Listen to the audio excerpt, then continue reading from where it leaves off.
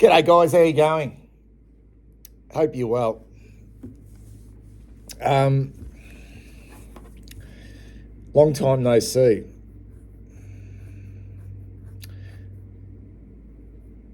I think I'm almost done.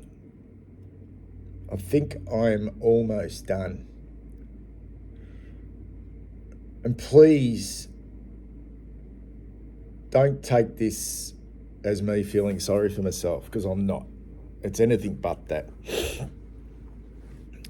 I think I'm this far away, maybe this far away from being completely done with the club in its current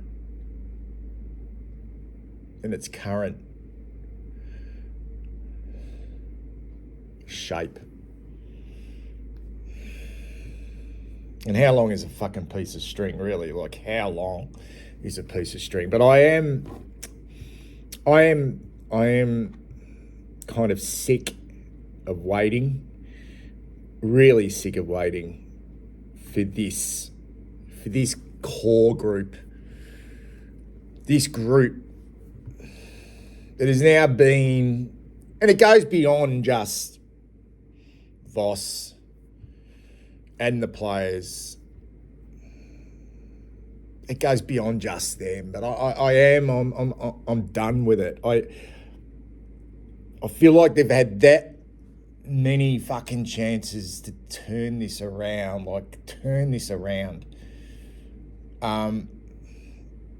just to even resemble a good, solid, modern day football team that is just relatively consistent.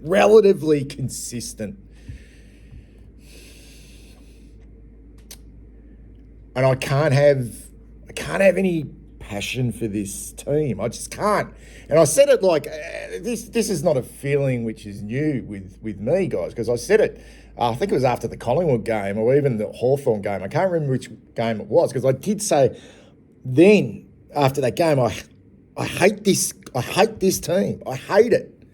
And people came at me. Like, they came at me and said, how can you say you hate these players? Like, I think I was a little bit misread there. I hate this team. They've been, the core group of this football club, of this team, have been here now for such a long time. And I call them the Carlton Mafia, really. And some of these players have just been like good footballers for us, and they've achieved individual success or individual accolades. I can't get excited for them anymore. I just can't get excited for them anymore. I can't. And it's not like I'm now feeling for the coach. I'm not like sitting there and feeling like he's, I'm feeling sorry for the coach or he's got a hard job or whatever. I'm just not. I've lost the passion. I'm losing the passion for this football club, and I can't. That was so painful there on Saturday, guys. It was so fucking painful being at that game. First game I've been to physically, and I'm glad I actually went, because I saw some things. I saw body language, which you probably wouldn't see on the TV. I saw some rather vocal and aggressive messaging from a young player to an older player, which I'll share with you shortly, which kind of pricked my ears, and some of the suspicions I have about, I call them the Carlton Mafia, the core group, the untouchables, so to speak. But it was a painful experience to see the difference in skill set between the two teams, first and foremost. It was striking how easy and fluent the Giants looked without really without so many of their players out through the middle of the ground. They held sway in there. They were hard and tough, and they just looked like two completely different teams playing a completely different game. And I just thought, what the fuck is this with this club? What the fuck is it that we can get it so wrong? Like a step behind once again. A step behind once again. And sure, there's an opportunity to change things. There's an opportunity to get it right and storm home and all that type of stuff. But I'm kind of not even thinking about that at the moment. I'm just not. I'm just not. I'm just that distant and indifferent about my football club. I just don't feel much for them at all. And I'm trying to describe it to you. I am a follower of Carlton rather than a supporter or a barracker. I did not clap. I did not cheer once at that game on Saturday. Even when we got a couple of goals late that brought the margin back to what was it? I didn't get excited at all. That's a dangerous place to be in. It's a real dangerous place to be in as a supporter. Because I got home and my kids, like are disappointed. They're disappointed again. Like you can feel their disappointment. Whereas I'm not necessarily that disappointed anymore. It's like I don't know what it is. I don't know what it is exactly. But the fact is, I'm sick of waiting for this group. I'm sick of waiting for this group to change, to make real change. And I question so much, but know so little, really. Like, just know so little. And once again, you just speculate. Just speculate. And you hear a lot of things when it's kind of dire. You hear, there's going to be sweeping changes and Graham Wright's the Messiah. He's the one, he's the chosen one to come in. We've had chosen ones before, and I'm not having a crack at Graham Wright here. I'm sure he's very, very good at what he does. But we have seen this all before, and it just makes you so cynical. Sweeping changes, blah, blah, blah. A heap of assistant coaches out of contract. Forwards coach Jordan Russell, midfield coach Tim Clark is apparently in the firing line, particularly if they don't sign over the next month or two. It's kind of funny, isn't it, when apparently our inside contested clearance game is stacking up, and that's probably a responsibility of the midfield coach. So will they be made scapegoats at the end of the year? And then there's a whole heap of development coaches that we don't know a lot about. Brad Ebert, Torrin Baker, Tom Lonigan, apparently all highly regarded when they arrived at the football club, all out of contract. I think the only ones, Luke Power even, who's been there now for 6 years. He's the VFL coach. Is he the head of development? He's out of contract. Wonder if Fossey's mate, the guy from Port Adelaide he brought across, Aaron Greaves, the one who wears the headphones on the bench, is he out of contract as well? What's his role? I mean, I'm sure they'll do a thorough review, but who knows what's going to happen. And as always, guys, we will just have to wait and see. And as supporters, we are always fucking waiting for this football club. And look, as I said, I am sick of fucking waiting. We are excellent. We are excellent at waiting, of being patient. And fans are now, I've seen it, fans are now are putting up teams, for the future, 2027, 2028, of a future Carlton team, what it looks like, because this one's not going to do anything. Fuck, Matt Duffy at full back, the Irishman, Rob Monahan in the centre, Harry Lemmy at centre forward, Billy Wilson in the back pocket. These are guys that haven't even played before. Peter Dean's son, Harry Dean. Oh, wait till we get him in. Wait till we get Cody Walker in 2 years' time. We're always waiting. Wait till we get NGA prospect Tyson Gresham. He kicked 4 goals on the weekend in the Coach Talent League. Wait till we get him. He'll fix our problems. We can just never seem to get it right. Never. And we're always fucking waiting. It's like sitting in the waiting room of a medical clinic, guys. I mean, luckily, touch wood, I don't have to do it a lot. We know the fucking system's broken. We know it. We book a time, book your appointment, you rock up 10 minutes early. Fucking the environment in there is poor, it's hot. Fucking sit there, you're bored, you're waiting. And you wait and wait and wait and wait and wait to see your fucking doctor. Sometimes half an hour, sometimes 45 minutes, sometimes an hour, sometimes more. Your doctor comes out, strolls out of his little fucking consultation room. He wanders down to pathology. He's taking his time. He wanders back, goes back into his room, closes the door, comes back out, goes to reception, looks at a bit of paper, goes out the back, comes back. Meanwhile, someone else who arrived later goes in before you. They're in there for 15, 20 minutes. You're sitting there. You just fucking sit there and you wait and wait and wait. And then finally, when your name gets called out, and really all you want is a fucking prescription, you're only going to be in there for maybe 5 minutes max. Finally, your name gets fucking called out after an hour. And you go in and you actually fucking look like this. You've been sitting there that fucking long. You actually sit there like that.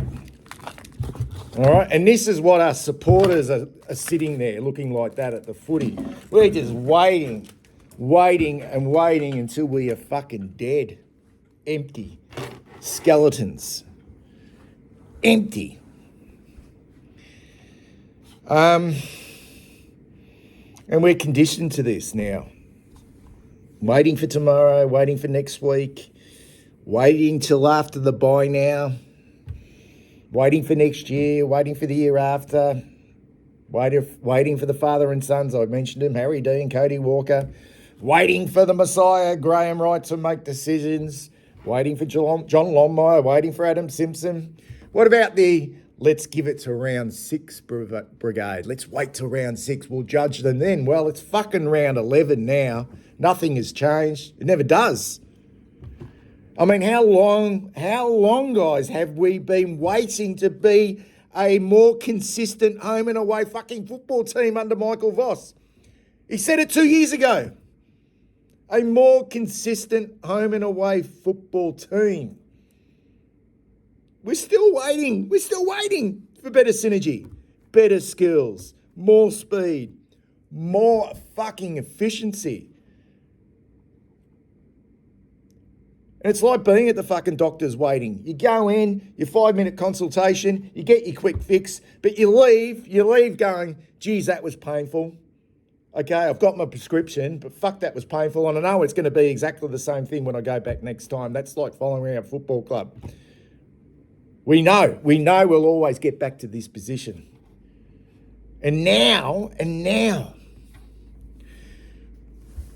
we're hearing the term, we need to be more connected. Apparently on the weekend we weren't connected. 4 fucking years and we are still not connected? And it just sounds like corporate nonsense to describe an organisation which is almost clueless, rudderless, idle, and just kind of oblivious that we could get it so wrong to what makes a modern day football team and being like fucking efficient. And how efficient that mob were on the weekend away from their home ground, a team that had been decimated by Fremantle the week before, missing so many midfielders. They came across here and did a number on us kind of easily, in the cheek to say that parts of our game really stack up. And if you want to talk the fucking numbers, 58 inside 50s, 11 more than the Giants. But they win by a comfortable 5, and I mean a comfortable 5-goal margin. We were never looking like winning that game, not the way the game was played. And the coach thinks those numbers are stacking up. I mean, 22 scoring shots with a horrible conversion rate of 38%. And the cheek just to say, let's just take our moments. We just need to tidy things up. But this is not a one-off, is it? It keeps happening and happening and happening. And we have this worst conversion rate and connection going inside forward 50. 4 fucking years in. 4 years. I'll repeat, 4 fucking years in. The same shit week in, week out. And it's not just about what happens when it gets in there. It's how the pill arrives, inside that fucking arc and the structure of our forward line. 8 marks, 8 lousy marks inside 50 from 58 entries compared to 14 from 47. That's damning. That's damning numbers. And we're supposedly a mature team in the window, regardless of what we think as supporters about the list. Because the club's not transparent on that. Apparently we've got stars on every line.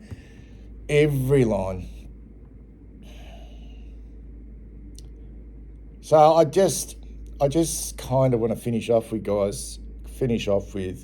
the Carlton Mafia. Cripps, Walsh, Curnow, Wiedering and Mackay. And you could probably chuck a few other names in there into the mix as well. And it seems like ludicrous really to be picking on those guys, considering they have been the cornerstone of this football team for a number of years now and have been, as I said, individually, from the outside looking in, very good players who've won individual accolades, and they're good footballers in their own right. How long have I been saying this? And my suspicions around, we have these stars, but it almost feels like our stars compared to the stars or the really top echelon players who are on big money at other football clubs, the good football clubs I'm talking about. We have a lot of flaws in our stars. Flaws that are like really annoying and rather damaging to the way a team should operate. And they're leaders. Obviously, they're leaders. The leaders of this club. Wiedering's body language on the weekend was, and every player is entitled to have a bad day at the office. But this is not the first time we've seen this poor body language from the vice-captain of the football club. The vice-captain of the football club, poor body language. It was almost fucking like he had to play on someone for the first time. He had the shits he had to play on Jesse Hogan. Fuck! Oh, fuck, I've got to play on Jesse Hogan. He flew for marks it went through his hands. He was lazy. He was clumsy. And then the body language. I'm a young player looking at that. I'm Harry O'Farrell looking at that. What's Harry O'Farrell going to say? What's he going to say? Other, if you know how football clubs work, and I don't care if it's a professional organisation, it's probably worse. You know workplaces and the way people talk. Harry O'Farrell will probably go back with the younger players and go, fucking hell, there wasn't much direction out there. Geez, Wiedering was allowed to get away with fucking that. I honestly believe, this is what I believe. The reliance on this group has caused significant problems. And I've got no doubt when Michael Voss arrived at this football club, the first thing he would have wanted to do was to get these guys on board. You stars. Just get them on board.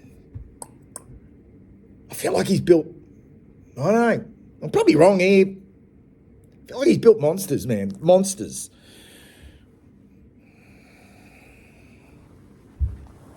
Monsters. You don't necessarily really do the team thing. And it leaves the others just so vulnerable. And I'm often really critical. And look, I saw Sam Walsh on the weekend. Guys. We sit on the wing where those red marble seats are. That's where we've got our reserve seats. We're about 7-8 rows back. So we're really close to the action there. The only problem is sitting there. We're on the half-forward flank. The only problem is it's very hard to see down the opposite pocket. You just have to look at the scoreboard. But when you get the action comes towards the boundary line, you see fucking everything. You hear just about everything. Like, you hear it. It's a great spot to be. And you don't see this sort of stuff on the TV. But there was a boundary throw-in right in front of us, a stoppage. And Sam Walsh was at the front of the stoppage. Okay, he was at the front of the stoppage. The ruckmen were obviously going to go up. And Ollie Hollins is in his third season. And there's something about Ollie Hollins that I really like. I actually think he's got, I don't know, but I feel like he's got some leadership potential. He was screaming at Sam Walsh, screaming at him because he was in the wrong spot. Wrong spot. He should have been at the back of the stoppage where the dangerous space was. And Walsh was oblivious to what, and he was screaming at him, and it was fucking forthright. He was screaming at Walsh to move, and he eventually did move just before the umpire threw the ball back in. But got me thinking about all those situations last year at stoppages. We were one of the worst teams at defending stoppages inside our defensive 50 last year, which resulted in goals. And how many times Sam Walsh was a part of that problem? The lack of concentration, the lack of care. And has Voss essentially given this group of players, because he's relied on them so much, too much licence? Too much licence. I don't know. It's just a theory I've got because I'm seeing things, the body language from Wiedering, teammates getting burnt.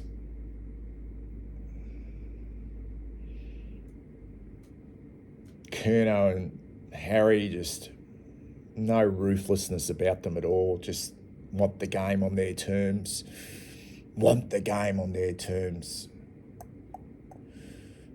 Anyway, and also with the small forwards as well. I don't rate our small forwards, but the work they're asked to do to protect what is essentially a fucking slow and at times unaccountable midfielder who can't spread but can't defend the spread. And the small forwards have to come up. And I'm sure a lot of teams do this, but they have to come up right up to the stoppage to protect, to help out defensively, because our midfielders can't. They haven't got the speed or the power. So we want to cramp, we want to suffocate, and it just structurally, it just affects the way we move the ball forward, and our small forwards appear to be always out of position. There's lots of problems, guys, lots of problems. And at the end of the day, Michael Voss he's created the game plan with his assistants, and it looks that far behind the rest of the competition. It's not funny, but I'm questioning the environment as well. I really am. I'm actually questioning the environment, the lack of real fight in that game as well. And if we're not connected, what does that really mean? There's one thing to be connected structurally on the field, but why aren't we? Why aren't we connected mentally? Why aren't we on the same page?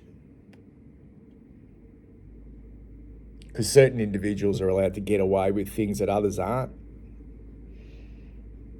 Certain individuals within the football team have got a licence which others haven't got. I find that within the fabric of a football team a recipe for fucking disaster. So, to finish off, we just have to once again wait wait to see what happens. And right now it's wait to see what happens after the bye, the way we front up after the bye, what changes we make. That at the moment's the only interest for me. That's the only interest for me. I'm fascinated to see what levers we will pull, or what levers has this group got in them to pull, to change. Because this ain't it. We know this is just not it. It stinks. It absolutely stinks. And I'm not getting sucked in by the football club and their propaganda, and they're just so fortunate they've got an army of supporters who rock up week in, week out. They're just so lucky to have that, because across the next day at the same stadium, St Kilda had 13,000 fans there to watch them. 13,000 fans. So it is a privilege for the football club to have us supporters, but we're not connected. We're not fucking connected, club and supporters. We are there to do this. That's what we're there to do. And buy memberships, obviously. Anyway, take care. Speak soon.